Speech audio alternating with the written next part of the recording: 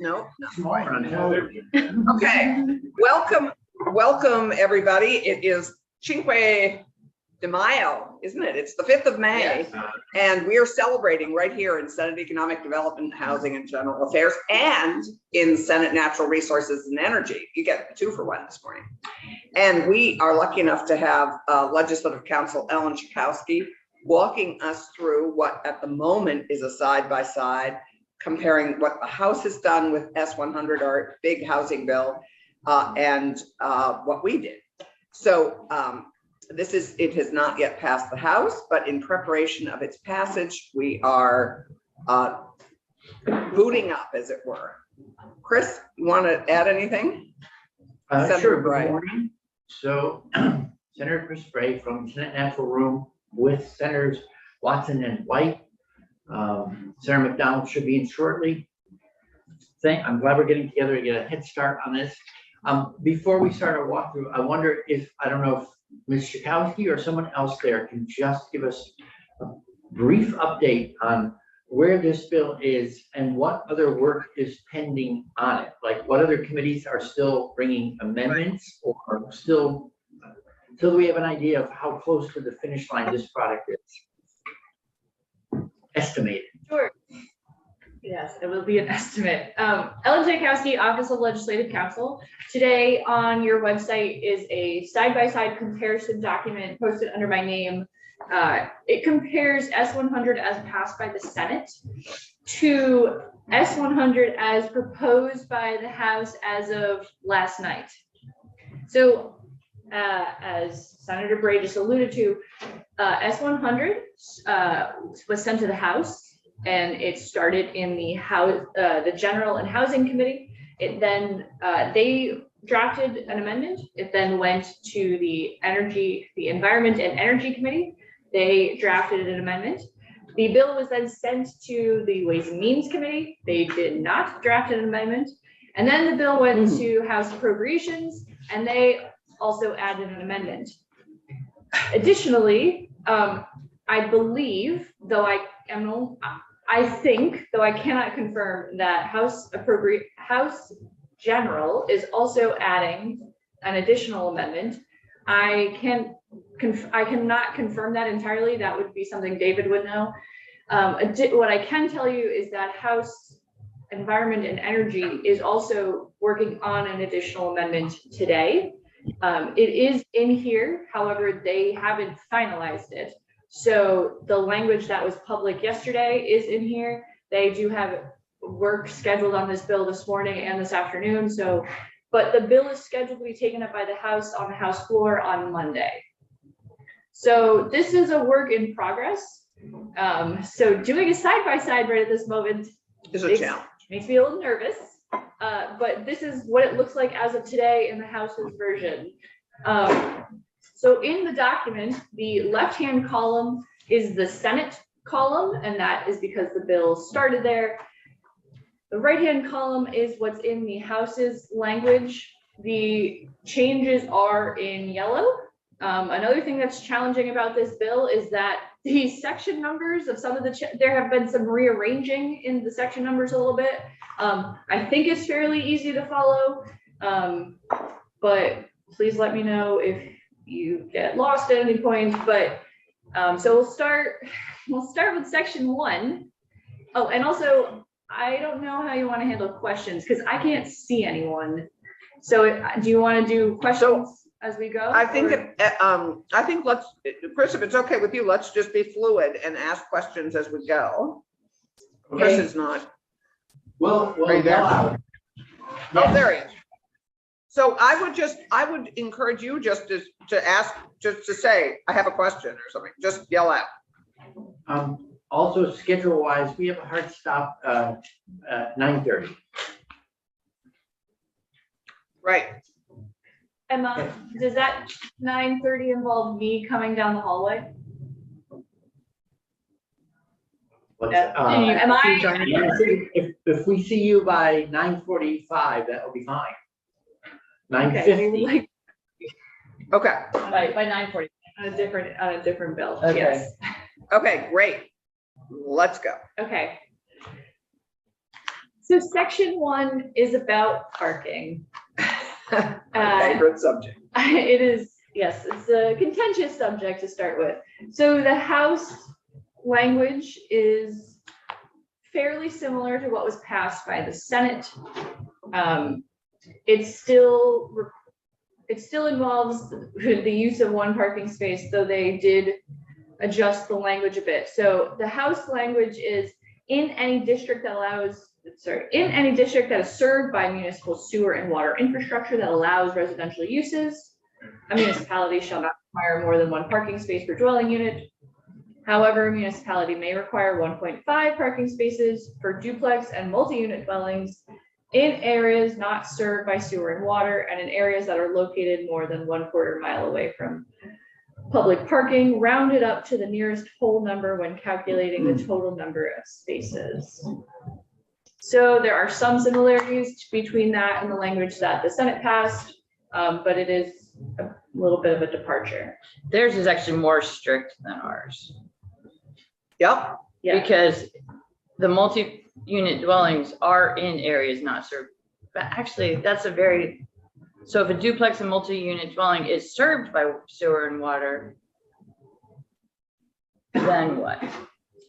then it's still one parking space. Then it's one parking. I think it's space. one either. All right, all right. Yeah, but you're right, there is sort of a disconnect between, in areas without sewer and water, they can only increase the amount of parking for multi-unit dwellings. Yeah, and it's unlikely to have multi-unit dwellings in areas not served by sewer and water.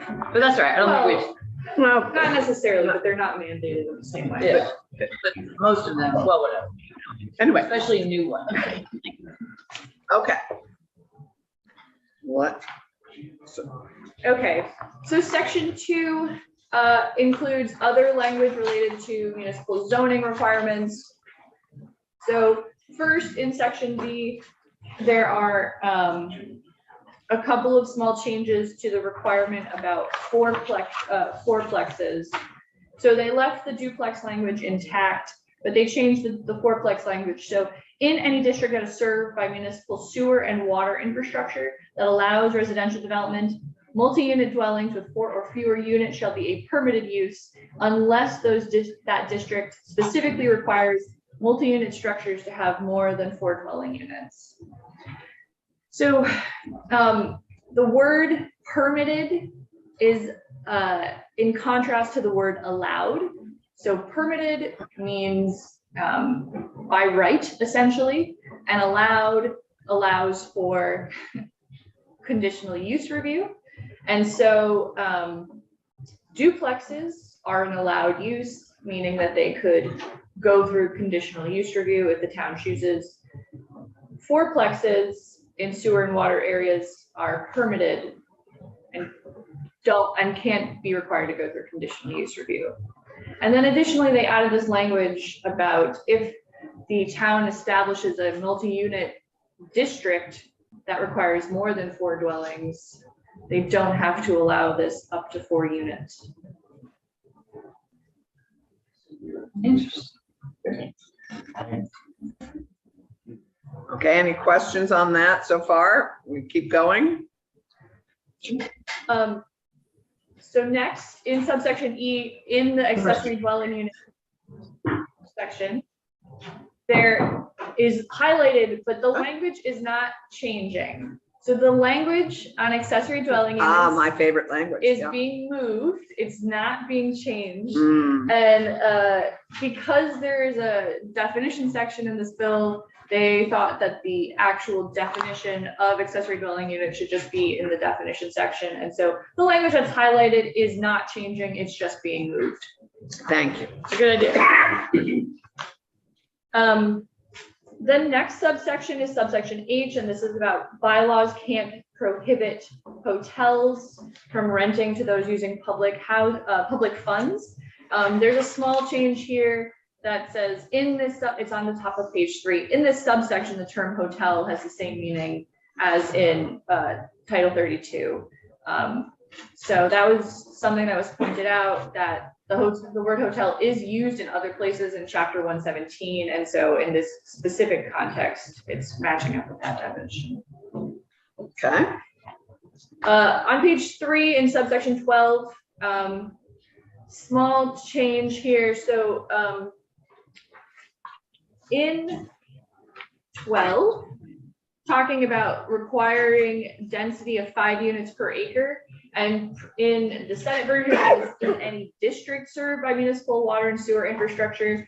There was a request that this be changed to area, because sewer and sewer service areas they cross zoning districts. And so in both 12 and 13, it's been changed to an area served by municipal sewer and water. And then in number 13, this is the density bonus section. There are a couple of small changes here, or changes. So in any area served by municipal sewer and water infrastructure that allows residential development, bylaws shall permit any affordable housing development as defined in 4303, including mixed use development, to exceed density limits for residential developments by an additional 40%, which shall include exceeding maximum height limitations by 1 floor, provided the structure complies with the building code. So there were conversations about how many builders would be interested in exceeding the floor. So this is allowing flexibility on how they build that additional density.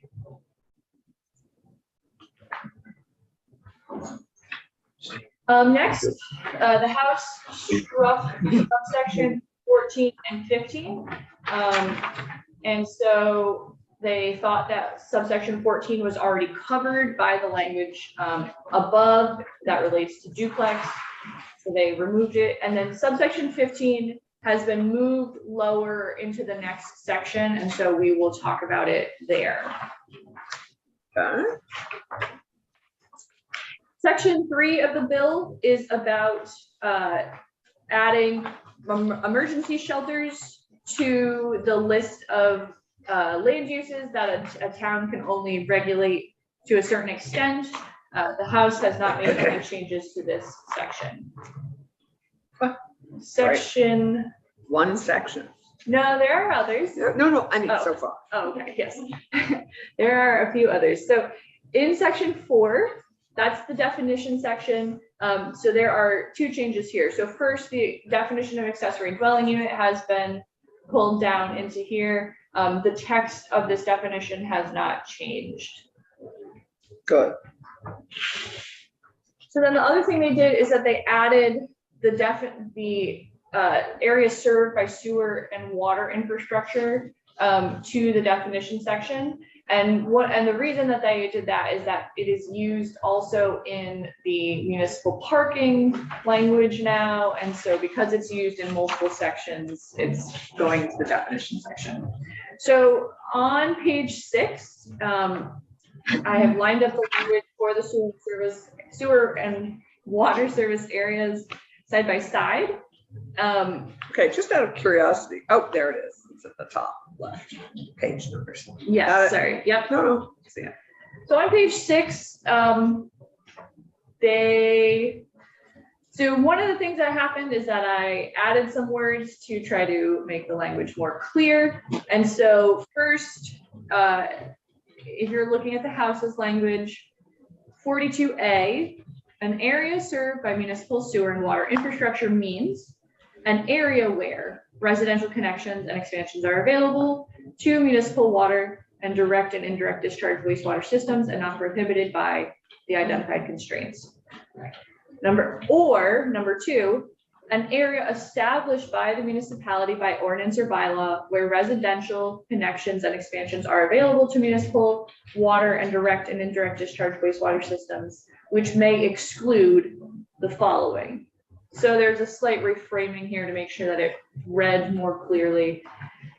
So they may exclude flood hazard areas or inundation areas as established by statute, river corridors or fluvial erosion areas as established by statute, shorelands, areas within a zoning district or overlay district, the purpose of which is natural resource protection, or wherever year-round residential development is not allowed. So they added that, natural resource protection areas. And then they kept the rest of these, so they kept areas that they can exclude areas with established constraints on the system. They can exclude areas served by water and sewer just to address community scale public health or environmental health hazards. They can exclude mobile home park areas or industrial park areas. They can exclude onto page 7 those areas associated with those, but no expansions or connections are permitted. And then the next change is that they changed the last item on the list. Yours was about modifying the zoning provisions allowed under this chapter in areas served by systems with less than 100,000 gallons per day. They removed that language and instead added areas. They can exclude areas that through an approved planned unit development under 4417 or transfer of development rights prohibit year-round residential development. Ellen, or Madam Vice Chair. Yeah, no, Ellen, Chair, go for it. Thanks. So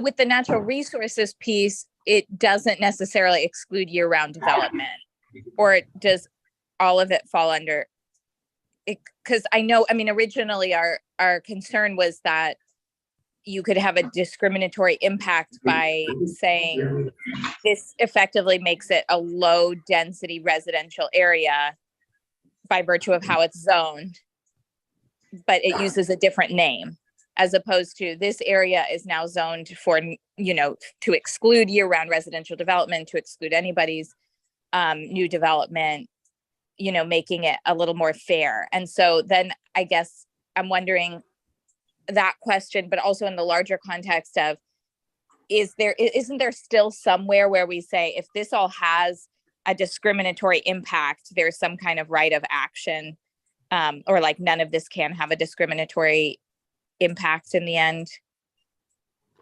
Yes, so that's the last language in subsection B, does prohibit the unequal treatment of housing.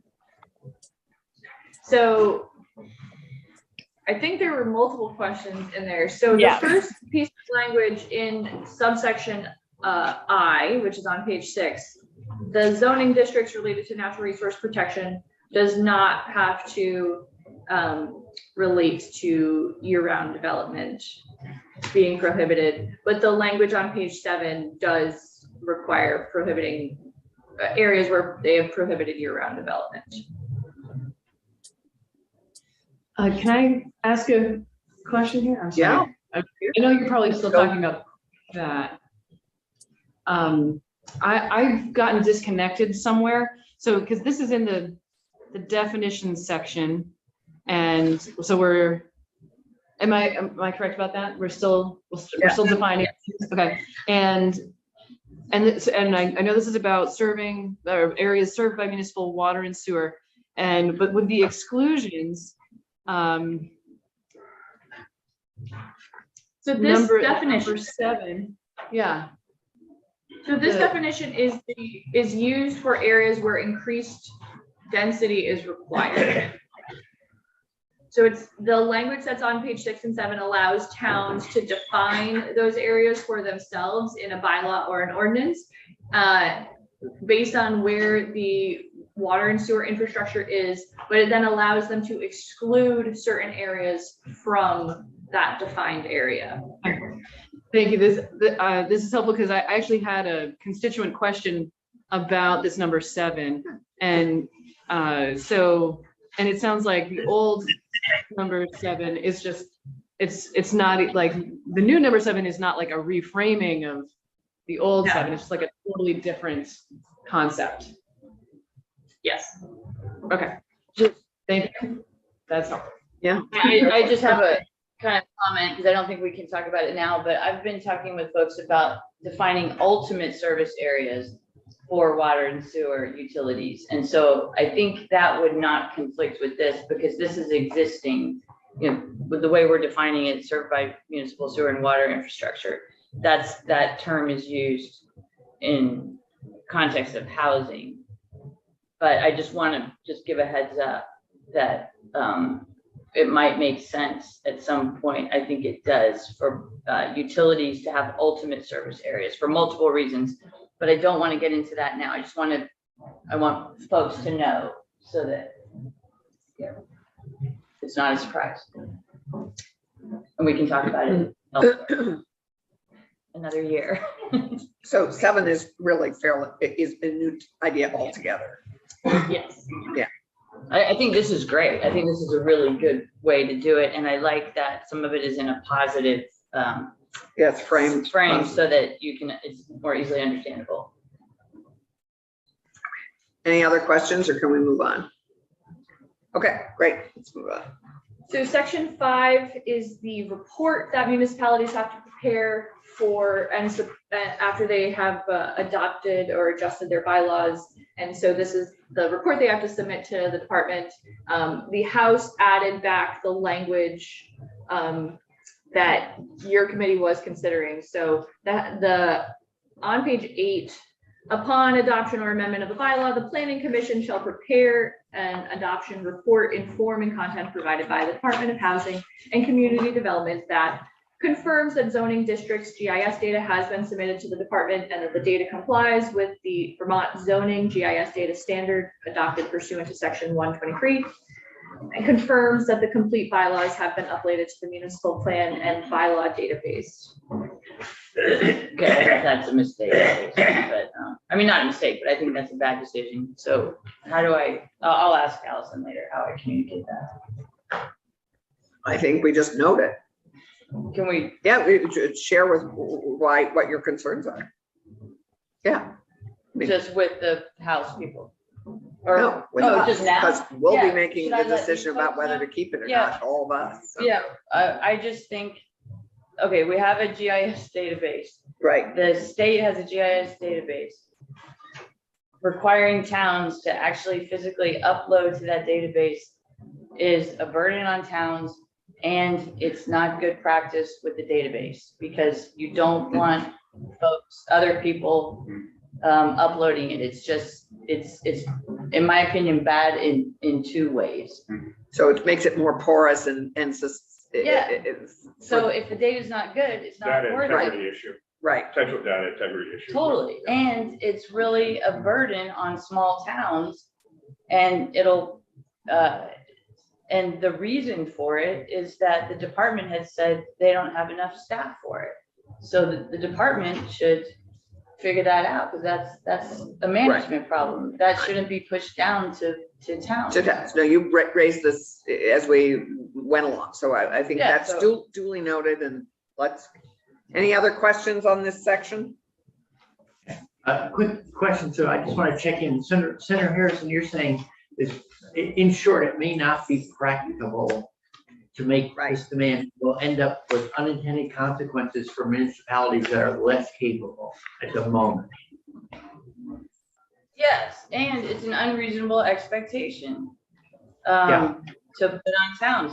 Towns will be changing zoning, towns with 4 people on staff. And the state should maintain this database. I agree towns should be required to provide the information to the state, but the state should keep control of its database to maintain the integrity of the data. That's a better way to put it. So I'm flagging my copy as we go, and this is for me the first flag where we're saying there's a distinct disagreement, it sounds like. Did I miss something prior? Okay, thanks.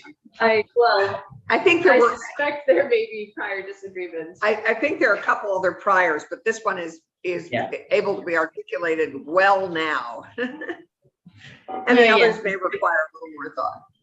And I Thank think you. Keisha's concerns were noted also earlier. Okay,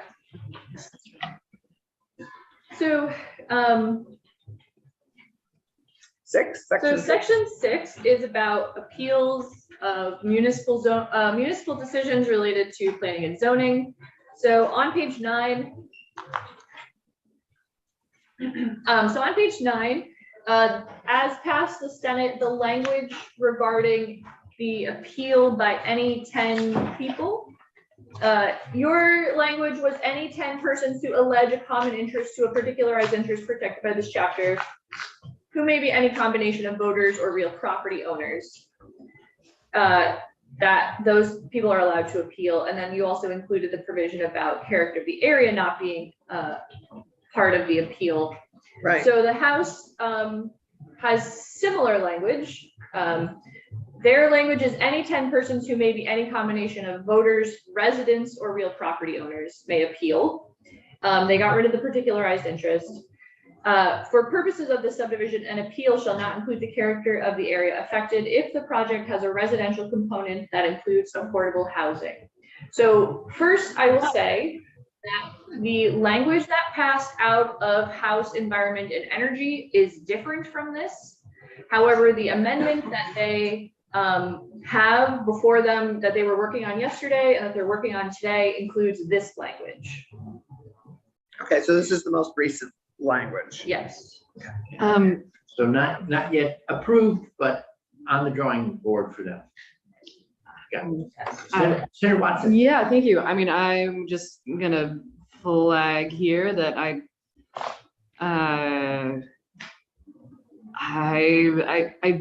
don't like that they took out the particularized interest, and that it has to be a common injury. I mean, we've seen, you know, people alleging all kinds of things, but I don't think that's the point of this.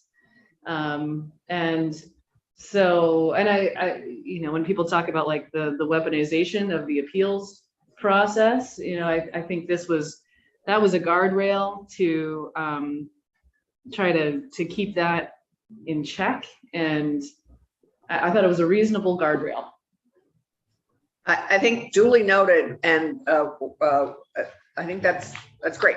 We're keeping a list of the noted as we go through. So Yeah. I assume Chris is doing the same. Okay, flag So number the only thing Yeah. So I would add that the House went through many versions of this language, and they spent quite a bit of time on it. So they heard from they heard from some people. So I drafted multiple versions of this language. So this is where they have landed. Okay. Which doesn't mean it's where it will end up. Okay, so flag, that is flagged.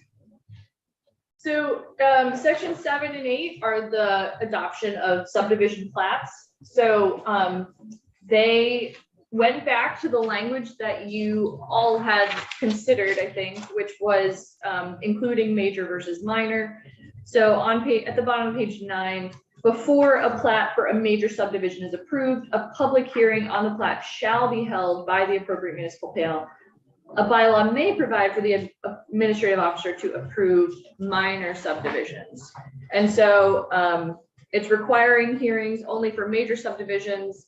Minor subdivisions can be approved by the administrative officer, and it allows the towns to define these concepts for themselves. So do we define major and minor anywhere? No, We're letting towns define them? Yes. Really? Yes. Okay. So there was testimony that a number of towns have actually already started this process and are doing this and have defined major and minor permits for them. I thought we did that. Yeah, didn't Senator Clarkson, we did that too. Like we said they're in a better position to define this, I thought. Well, I guess we did. Your language was just more vague. Our language is more vague.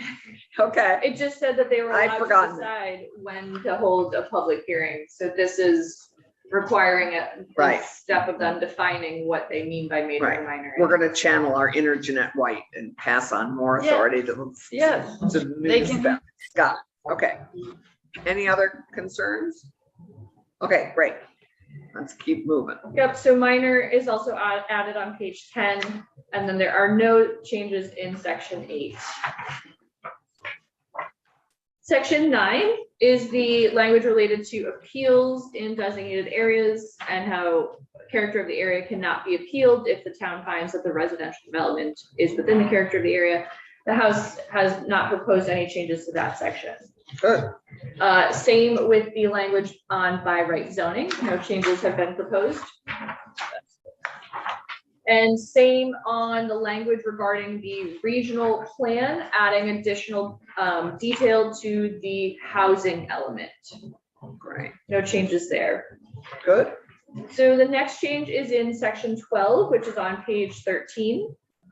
I'm gonna just flag something, not asking for a change. In section 9 about character of the area, I know there's a strong reason for disallowing that, but I've been witnessing a problem in Bristol that very much relates to character of the area. And I hope that this doesn't become problematic on a wider scale. We'll see.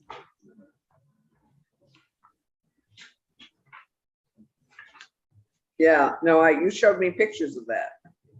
Something completely incompatible with the character of the neighborhood. That I Right. think would not be able to be addressed, but I'm not gonna, we're flagging it and saying thank you and keep going. They didn't change. They Yeah. didn't change it. Right. Yeah. And grousing. Okay, duly noted. I mean, it sort of goes to, yeah, they're major and minor and how we review the character there. Okay, we're on section 12, page 13. So in section 12, this is related to requiring additional detail in the housing element of the municipal plan. And so they made a small change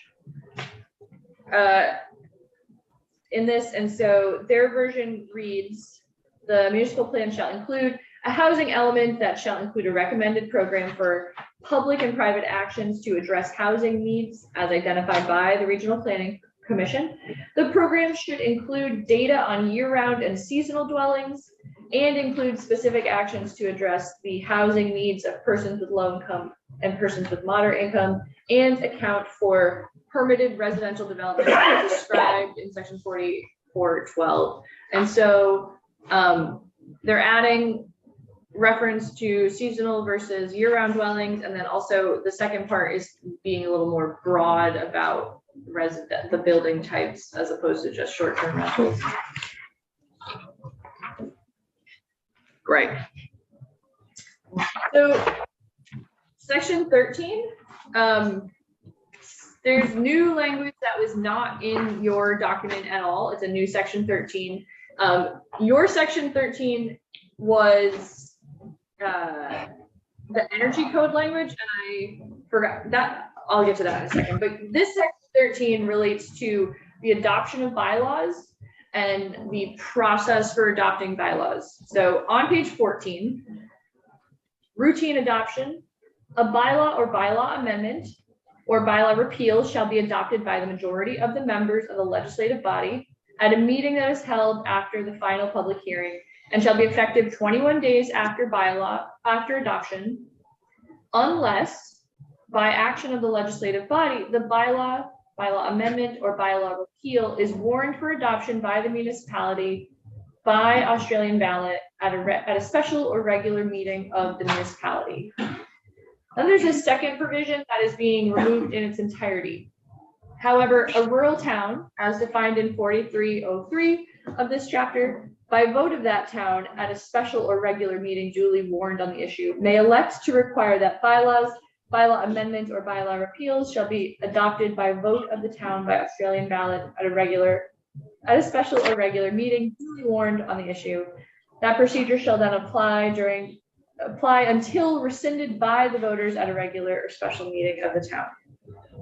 So the House is proposing to remove this provision that is specific to rural towns. And in chapter 117, rural town is defined as a town having less than 2,500 persons, or a town having less than 5,000 persons that has elected to be considered a rural town by Australian ballot. So this is a distinction that allows the small towns to decide to require that all bylaw changes be adopted by vote of the town by Australian ballot. So they are removing this position. Now, as I mentioned in the language above, towns under C still have the option to allow Australian ballot.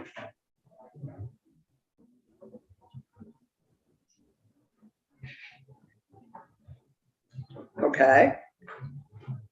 I have to, I don't have an opinion yet. yeah, I don't have, I think opinions are forming. I Yeah. can hear all the wheels churning all the way down the hall and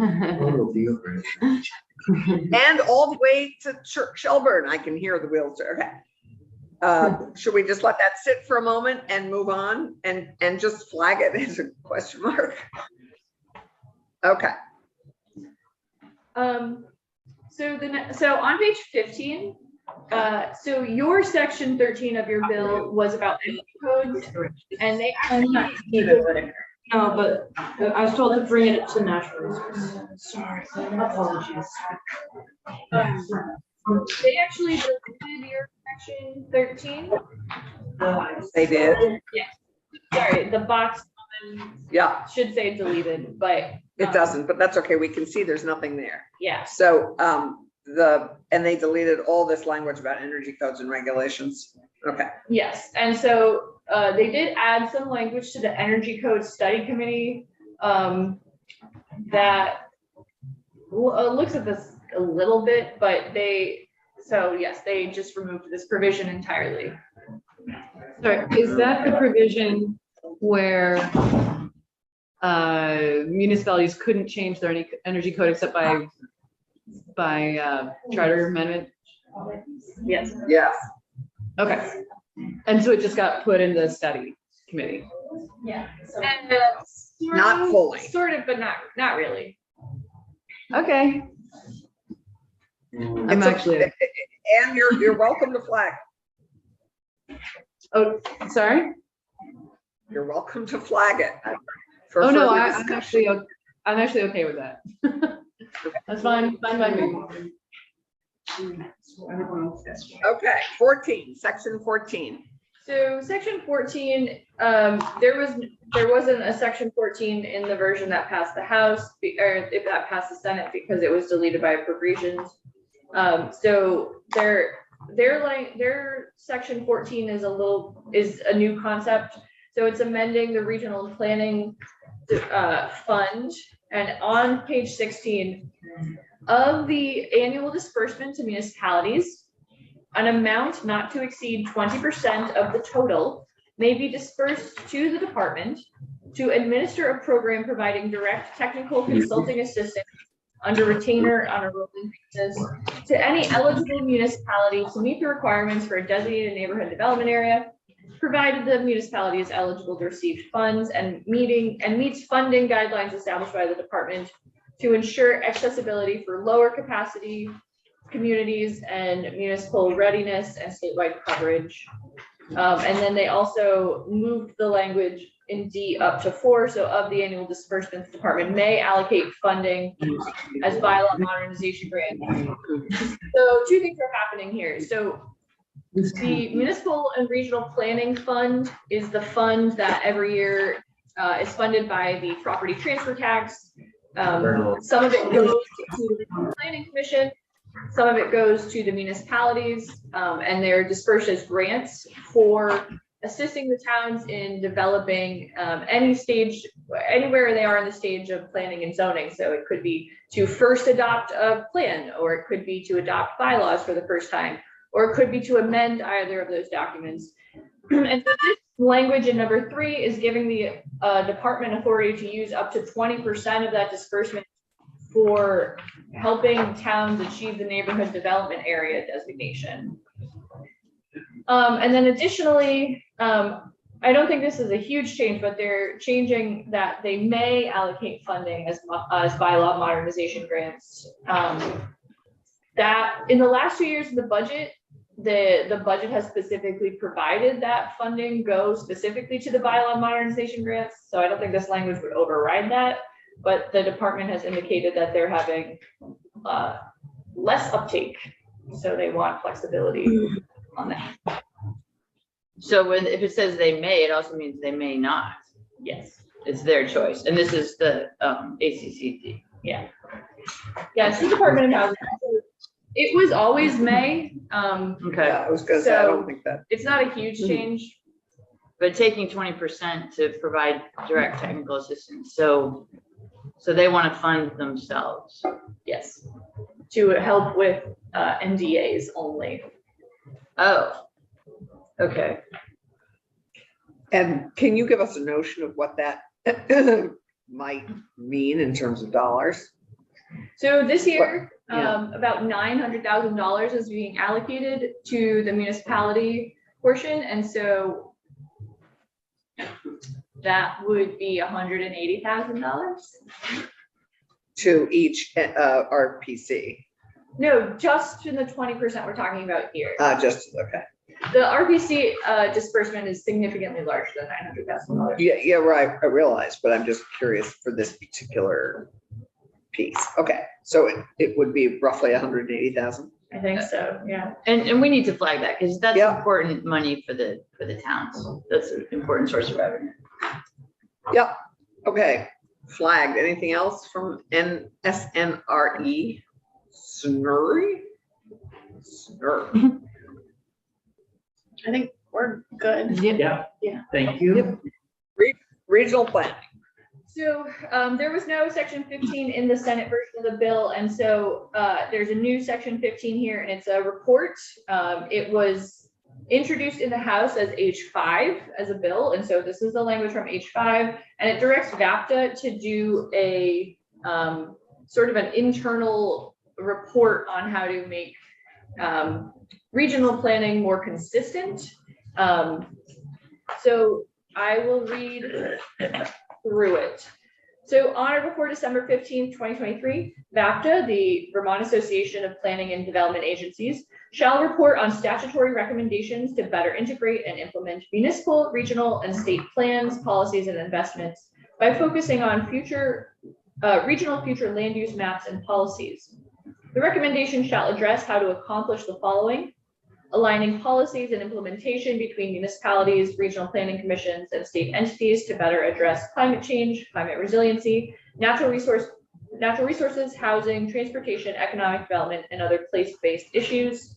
On to page 17, building upon municipal and regional enhanced energy plans and their implementation, evaluating place-based policy and project decisions by the state, regional planning commissions, and municipalities related to implementing regional future land use maps and policies, and recommending changes to which of those governmental levels those decisions should occur if necessary.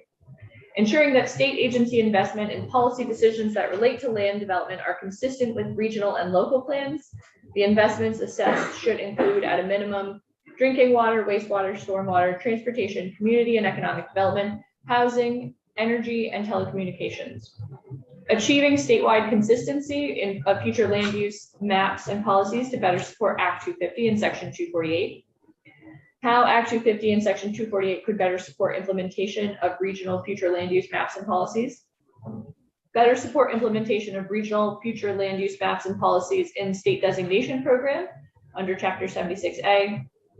Improving the quality and effectiveness of future land use maps in regional and municipal plans through Chapter 117, including future land use map area delineations, definitions, statements, and policies, existing settlement definitions and their relationship to future land use maps, the role of regional plans in the review and approval of municipal plans and planning processes, and a review mechanism to ensure bylaws are consistent with municipal plans. On to page 18. Wow. The report should also discuss how to best implement the recommendations, including the following: how to best phase in the recommendations, how to establish a mechanism for the independent review of regional plans to ensure consistency with statutory requirements, what guidance and training will be needed to implement the recommendations, and what incentives and accountability mechanisms are necessary to accomplish all these changes at all levels of government. VAPTA shall consult with the Agency of Transportation, ANR, ACCD, the Department of Public Service, Vermont Emergency Management, the NRB, Regional Development Corporations, League of Cities and Towns, statewide environmental organizations, and all other interested parties in developing the report, and shall summarize comments on or before December 15th.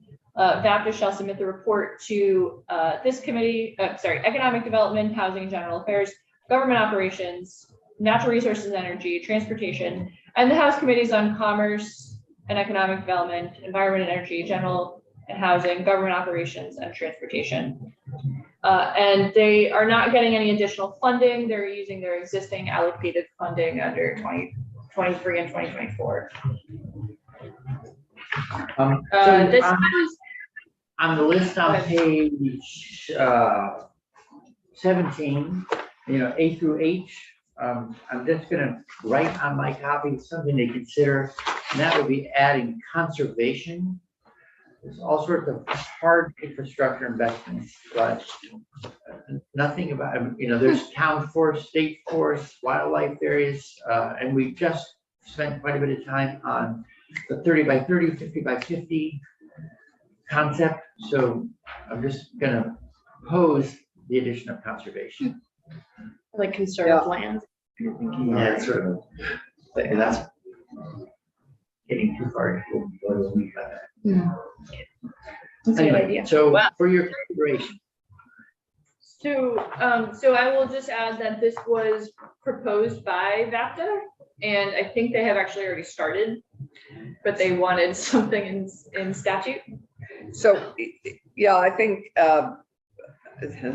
this is big. And I guess one of my questions, given how much they are addressing Act 250, is I'm wondering, do we know what's the date that the NRB's report on Act 250 is due, and how could this coordinate so that we don't have two conflicting reports? So the NRB report is due December 31st. So, I mean, these guys have taken on a bunch of pieces of Act 250, I mean, in here, right? So I guess the question is, if we're about to get recommendations on how to change Act 250 with the NRB report, anyway, it's just a flag. It would be frustrating to have two different recommendations from both of those bodies, those particular bodies, at the same time. Sure, I don't necessarily think that what the NRB is looking at overlaps with this. Okay, it's just a flag for me as I see this. So NRB report is due at the end of December. Yes. Thanks. The comprehensiveness of this is huge. It is. This is a If they huge can report. actually do that, I think it'd be very helpful. I think it would be fabulous. Yeah. Yeah. I And think using existing funds is great. and it's a pretty tight timeline.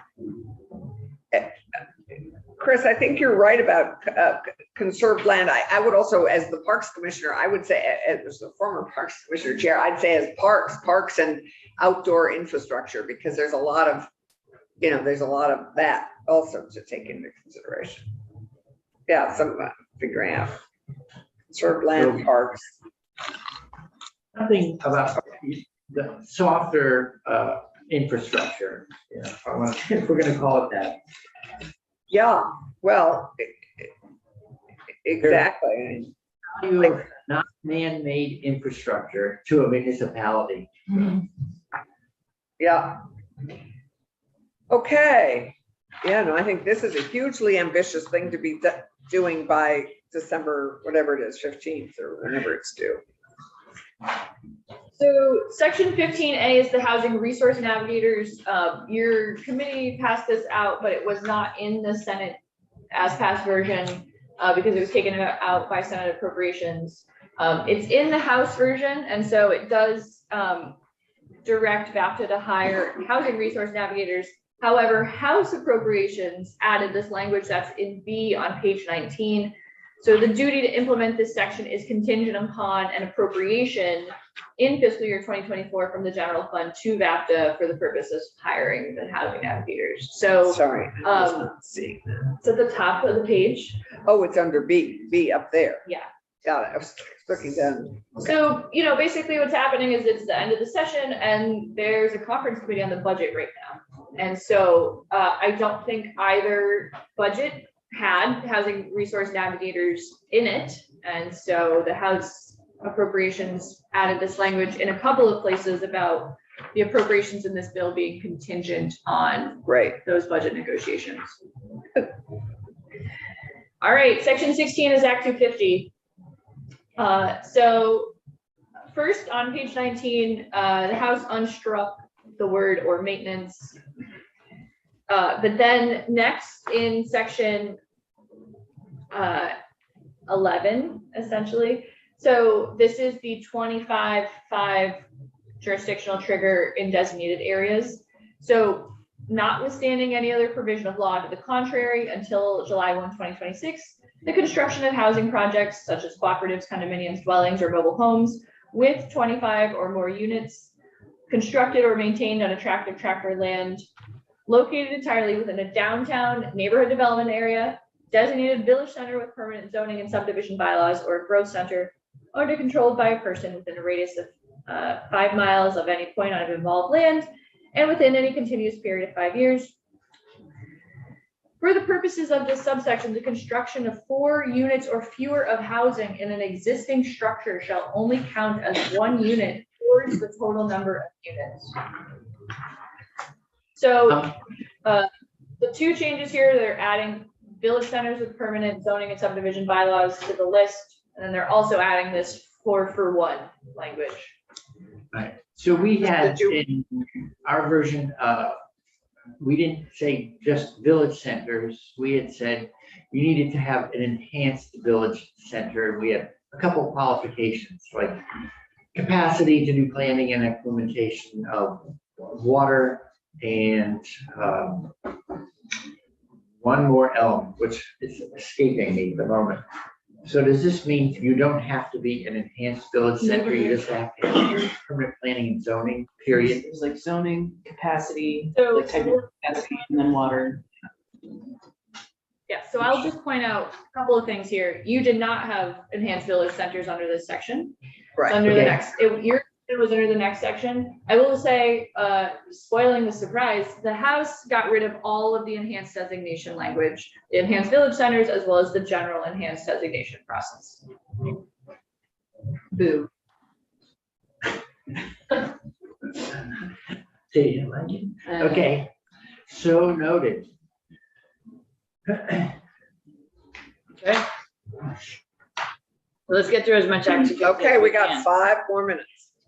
So they did not make any changes to the priority housing project exemption in your section 16. Section 16A is the exemption requirement. They made a couple of very small changes here. First, they removed the reference to enhanced village centers. And then also the NRB proposed just these small technical changes because technically under 10 VSA 6007, you request a jurisdictional opinion as opposed to apply for one. And then it's until June 30th, 2026, so that it doesn't overlap with the expiration of the sunset. Section 17 is the master plan permits. They did not make any changes to that section.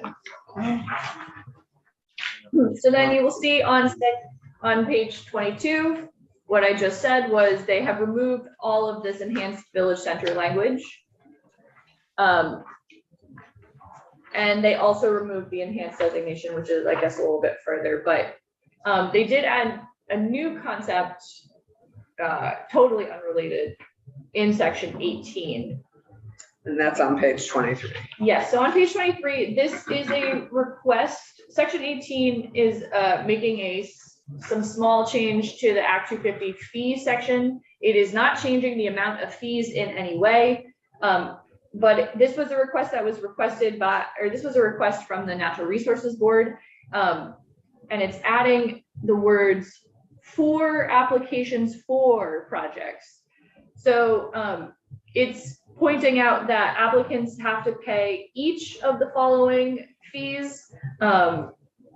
There has recently been some confusion about whether or not this multi-phase projects under Act 250 need to pay additional fees after they've paid fees once.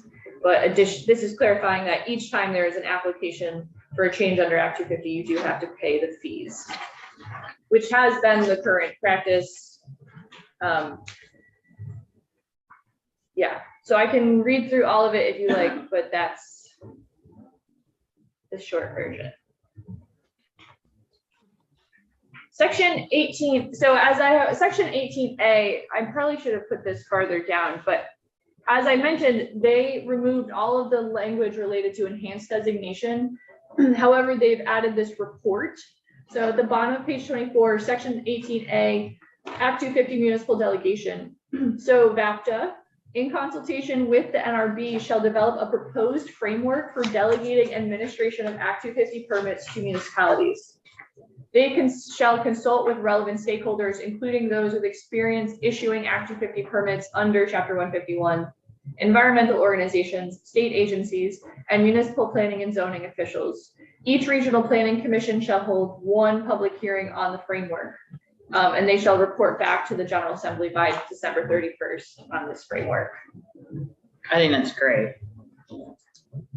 And was the conversation about, in essence, that a proposed framework for delegating administration Act 250 permits to municipalities, and that the delegation would have a process as robust as Act 250 in place, although implemented through a different entity? Is that the theme? Or Yes. just? Okay, thank you. So 248 was supposed to be this. In my mind, this makes up for taking out the enhanced designations. Totally agree, and I think Yeah. it'd be better. Yeah, maybe. Yeah. It feels like the first step to getting to something useful, so. Thank you. Great. Yay. All right, We so have one more minute. What do you think she could do in 1 minute? Well, let's keep What's going. the We biggest can start our next thing a little later. Okay, you're gonna take a minute to pivot. We will, Ellen, you have a few more minutes to keep, except this is mostly the Act 250 sections, right? Yeah. Could we just, well, you're gonna go through these more in depth with SNRE, although I think given our time frame, we may want to do more of these joint sessions, Chris. I'm just, we're open to that, and I hope you might be too. It just, our time is short. So Sure. we may want to, I don't know what so our thank you calendar guys. is. I don't know what our And we'll- calendar is. Okay, Yeah. great. And we'll send Ellen down in 15 minutes, but if we could just keep going, that would be great. yeah, I Well, don't we'll- think, Our, our witness is not here yet, so we'll stick with you. They might want to be online, and I can't go on Zoom. I'll check. We're not meeting on Monday. I mean, the Senate is. not- Meeting Monday morning at 10 a.m. The Senate on the floor is, but Right, given the Senate. amount in our pipeline, we may want to consider doing something. So let's chat when we're all together up on the floor. I teach a class Monday morning. Okay, we will figure this out. Okay, Ellen, can we keep going until your Yeah. witness arrives? What was that? She wants to keep going. Keep Yes, going please. until your witness arrives? there's really Yes, not that please. much left. Okay, so I can't see if there's So any online. section 19, it's just a committee name. Section 19A is amending the date that the designated area report is due because the department has stated they're not gonna make the July 15th deadline, so it's gonna be due December 31st at the same time the NRB report is due. Okay. So pages 26 and 27, as I mentioned, designated area is enhanced designated area is deleted, and so that brings us actually all the way to page 30. And then here's the new concept that I know Senate Natural is going to be interested in. And so sections 19B, C, and D create an exemption, a temporary exemption for electric distribution lines under Act 250. So section 19B on page 30, no permit or permit amendment is required for a retail electric distribution utilities rebuilding of existing electrical distribution lines and related facilities to improve reliability and service to existing customers. through overhead or underground lines in an existing corridor, road, or state or town road right of way. Nothing in this section shall be interpreted to exempt projects under this section from other required permits or the conditions on land subject to existing permits required by this section. Section 19C is the repeal, and so this that exemption is repealed on January 1, 2026. And then similar to what is happening with the other Act 250 exemptions, there's this requirement about reporting back on what's happening under this exemption. And so 19D, on or before January 15, 2024, and annually until 2026, any distribution utility that takes an action under the exemption shall report to the House Committee and the Senate committees on the projects completed pursuant to that exemption in the preceding year. The report shall address the location of the projects, including whether it is located in a 1-acre town or a 10-acre town, how many customers are affected by the project, whether the project involves lines being hardened in place, buried underground, or relocated to the right of way, and what permits the project were required to receive. So some of you may have already heard about this concept. Green Mountain Power has been really interested in this exemption for the last few weeks, so you may have heard it that way. It is not unique to GMP, but they are interested in this specifically. Yeah. So that's a perfect segue for us, because that's what we're taking up in the committee. So thank you for letting us join you, and we're gonna sign off now, and we'll see you on the floor in about half an hour. Great. Thank you. Thank you. Thank you. We'll see you shortly. Ellen, this is the piece that GMP has been giving us the heads up on that was coming. Yeah, I can assume so. And I can speak to it if you want. It's really important in my district. It may be important in other folks too. Yeah, in lay language, tell us what this is. Essentially in the And Ellen, the recent sure. storms, a lot of lines were taken down by the storm. And now we have lines in rural areas that go through forest, and GMP can't replace those lines without an Act 250 permit, which is pretty crazy because they've already Right, they okay, exist. right. This is what, And so what they want to do is harden them either above ground, but preferably below ground. hopefully before Right, ground. that's their preference, What and a it's about the eyesore they same are. price, but it's ridiculous to have to wait for an Act 250 permit because they also have to have control of the land before they can even apply, is my understanding. So it's really important to us. Yeah, no, and I think actually And to it's, several to me, areas. it's totally reasonable. It's a GMP, we've all had the heads up on that this was coming. into Yeah, play. we're gonna have more storms like that too. Well, we should have buried wires from the beginning, but anyway, that's my beef. I think people forget that wires ruin more of our view sheds than any windmill or any solar panel. And we have stopped seeing them. So anyway, the more the barrier, the more buried, the better. Yeah. Is there something else we should note about this in terms of it? Did the NRB weigh in on this? How are they on this?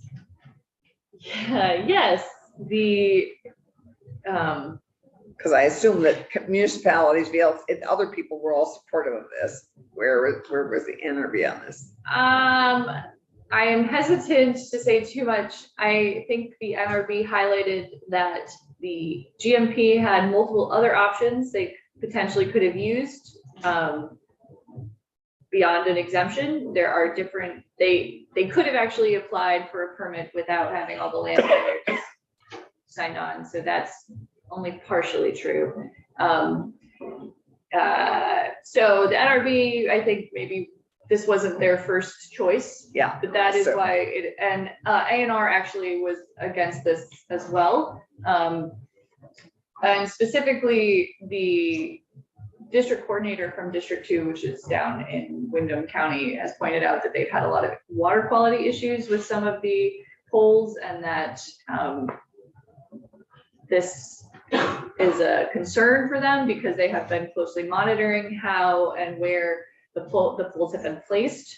And so that's why there is reporting requirements on this, so that there can be a record of where these things are occurring. Was there, I mean, it's so late in the game here for this. Because is there a way to do it in consultation so they can sign off as they're being designed, as they're being planned, so that we don't end up with poor pole placement? And District 2 is your district. Right, and I'm not aware, I mean, I haven't heard the So opposition, so I maybe need if you to have a- understand that. Okay, thanks. That's helpful, I think. Okay, let's keep. Is A&R okay with it now that the report is there or not? It Um, sounds like not. I think they would have required, I think they requested a significantly shorter time frame for the exemption. So the exemption now is for 2 years? Is that right? Yeah, No. 2.5 years. There was negotiating over that time frame quite a bit. Okay. And what was it originally? Well, I think GMP initially asked until 2030. Oh, got it. So we've cut it down quite a bit. Okay. It doesn't take long to do lots of damage or to fix things properly. So okay, great. So covenants.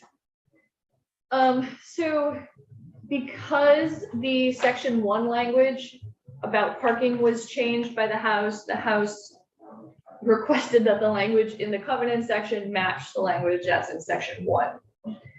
So on page 31, deed restrictions or covenants added after July 1, 2023 shall not be valid if they require a minimum dwelling unit size on the property or more than 1 parking space per dwelling unit, if the property is located in an area served by municipal sewer and water, as defined in 4303, that allows residential uses or more than 1 parking spaces for duplexes and multi-unit dwellings in areas not served by sewer and water, and in areas that are located more than 1/4 mile away from public parking, rounded up to the nearest whole number when calculating the total number of spaces.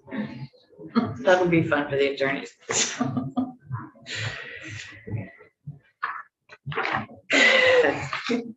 That may need to be, I may need that deciphered.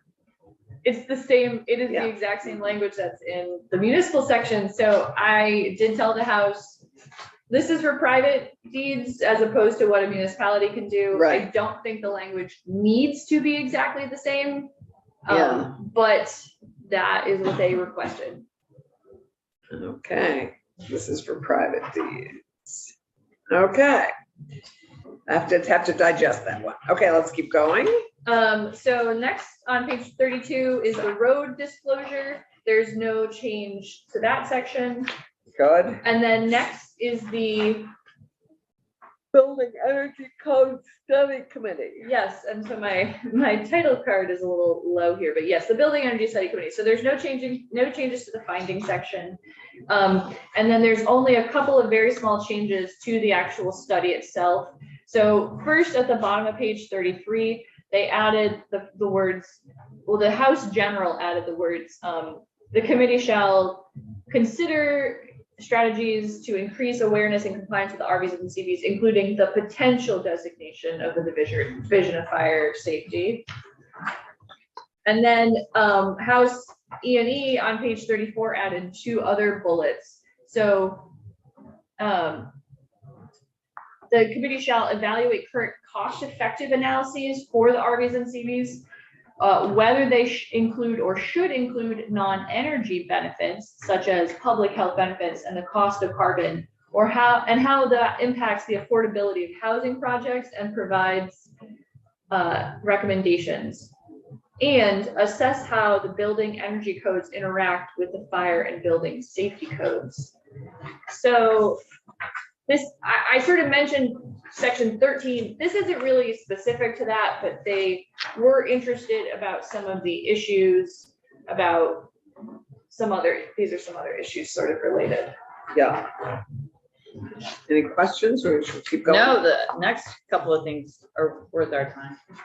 Yeah, so finally, the other changes in this bill are that they added section 24, which is the Rural Recovery Council. And then, Now, the Rural Caucus really has had a big impact on this bill. yes, and then section 25 is So on, everything is rural except for Burlington. Exactly, except So for it's like, Chittenden really, what County. are we, it's like the whole state. Well, so I don't know if you want me to read through every word here, but No, this is, but we can look at it's this, a- given you have to go. it's a study committee. So it's a It's study another committee. summer study committee. Yes. Does it have legislators on it? It does, I don't think it has any legislators. Oh, it has one member from the House and one member from the Senate. So is it in the budget? So this is another section where there's language added with contingency. So there's language on page 37 that the House Appropriations Committee added, which is the duty to implement this section is contingent upon an appropriation. So unclear. Yeah. Because it's a little late to the game on the budget front. Shouldn't Okay. DEC be part of this though? Oh, sorry, where are you? On the wastewater water connections, is that what we're talking about? So what No. page are you on? Oh. Where's the wastewater? No. Oh, 38.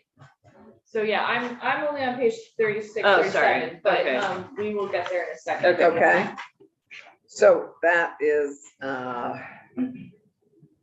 okay, so this is contingent on funding. Yeah. Yeah, that, at this point, all the task forces we're looking at need to have already been in the budget. Okay, So then finally, oh, Yeah. I should fix that. Finally, in a section you will be interested in, Totally. A&R review of permitting. you're just getting Wendy warmed up. I know. She sees the Seriously. word potable water and she's like, oh, No, and seriously. yeah. I know, There's a we know. lot of room Permitting for and- improvement in this process. Okay, So, this is not a study committee, but it does direct A&R to review the wastewater connection permit process Right. and make recommendations on reducing duplication. yes. I don't know if you want me to read through all of it, but it asks them to report back to the General Assembly by January 31, 2025. So Why so late? I believe, listen, I actually was not involved in the drafting of this. A&R proposed this, and Mike O'Grady worked with them to draft it. So I think this is at least partially coming from the agency itself. Which is great. It's just, we were ready to get rid of some of the duplication right away. I'm sorry, dumb question. DEC and A&R, how It's do a they part- relate? DEC is part of A&R. It's part, okay, good. It's part So of, then that it's would a include department DEC. within Okay, A&R, just like Fish and Wildlife. Okay, Yeah, Yes. so they're involved. yeah. I think the concept of this to me is great. It's just, I don't know if it's comprehensive enough. But, cause I just looked at it. well, let's look at it and let's figure out if it's comprehensive enough. And also, I mean, I know January 24 is coming up on us fast, but it would be great if we could, this was actionable for next session, just given how much we wanted to act on it in the last two sessions. I don't have any idea how the dates were chosen. Okay, well, give some time. It's just, okay, So the last thing I just want to point out is there's one sort of change in the effective date section. So they did remove the enhanced designation, so that's not in the effective dates, but they also did change the effective date of the the definition section, which I think is probably a good change in that the definition section is now effective on July 1, 2023 with the rest of the bill, not December 1, 2024, like the other zoning sections. okay, so the whole act will, and then the other sections are, Yeah, so your original bill had the first four sections being delayed to give towns time to adopt them. And they still have that, except for the definition section, because they thought the definition should be well known before the process goes into effect. and that's all that is, Is okay, that lead or lead? lead. Lead, so that's actually not in my side-by-side, but there is a new lead inspector section in David's sections. So I'm not sure if you want to hear from David at some point.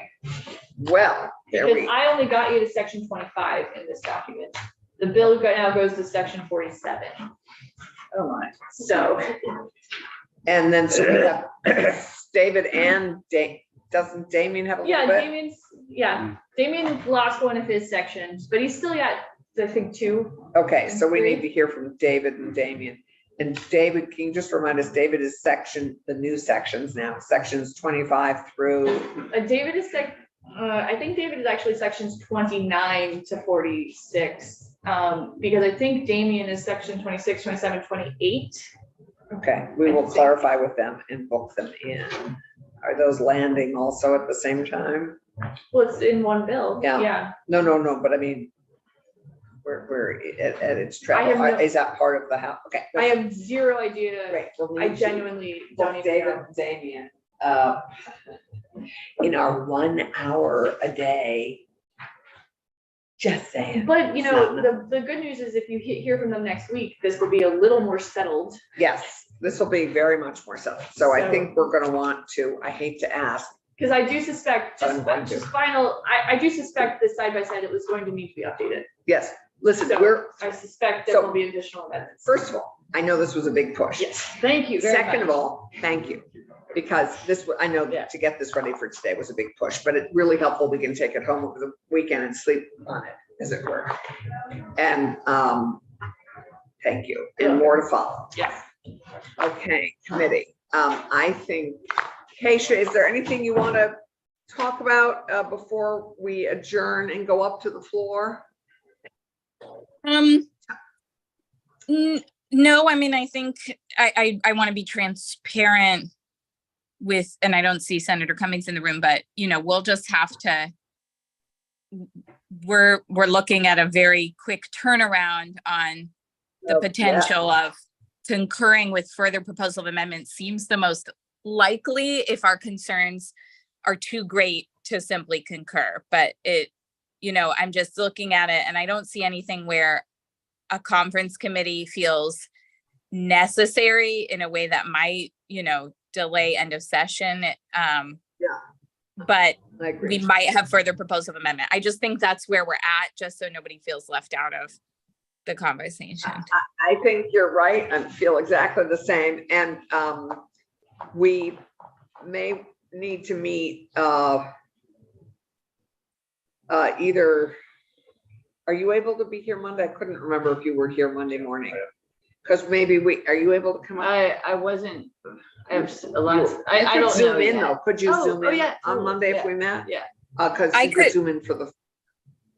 Oh. Yeah, I have a orthopedic surgery, what is it? Pediatric orthopedic surgery surgeon appointment at 10:15. So I won't be able to be there for the floor, mostly because of her broken tibia that they just need to make Right, sure right, it's healing well. But I could be So let's- before 10. I could do Zoom. yeah, we could do maybe a 9 to 10 meeting. Either by Zoom, and Randy and I could be here in person because we're gonna be here for the floor. So let's tentatively look at that to go through with David and Damien. Yeah. Yeah, does that make some sense? Also, 102 and 103, those are Yeah. awaiting us. We have floor action on basic needs budget coming up, cannabis and booze. Vice 2, we did Vice 1 the other day. So there's lots happening. Yeah, I think what sure. I'll say about 102, 103 is leadership on both sides is alerted to our inquiry about Yeah, their status, and you know, we'll yeah, I think we'll just keep it going, keep that inquiry alive. okay, you and me both, okay. What's going on Yeah. in 102? I will say with 102. 102, there's, you know, I'm getting the sense that the House may need more than the end of session to reckon with it. And they've let the advocates know. So that's the onus isn't on us to sort of deal with whatever fallout if 102 does not make it this year. That's my current understanding. My guess is it may be a biennium bill.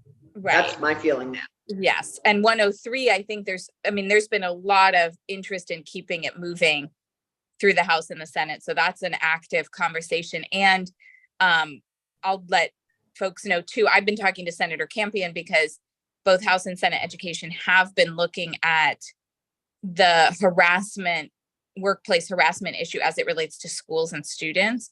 And so that's never been our jurisdiction, but I'm in touch with Senate Education because they have been taking testimony and they are interested in, having that But- conversation. It strikes all of us that maybe that's a conversation separate from 103 and that we could let 103 move without, and they could raise that separately next session and have that conversation because it sounds like the bar would be completely different. I just want to make sure people know like conversations are happening because Oh, yeah. House it's definitely education- happening. I'm just- House Education it has would be great to possession. liberate. Right. Yeah. So, I guess my What- feeling is I would love to have Yeah. them liberate 103 and deal with harassment in schools separately. Because I think Either it's a way- difference. Like, yes, I've alerted our leadership that we are trying to make sure in whatever vehicle our intentions in 103 move forward. So, yeah, exactly. Okay, okay. terrific. Thank you. And we'll see you on the floor in now 7 minutes.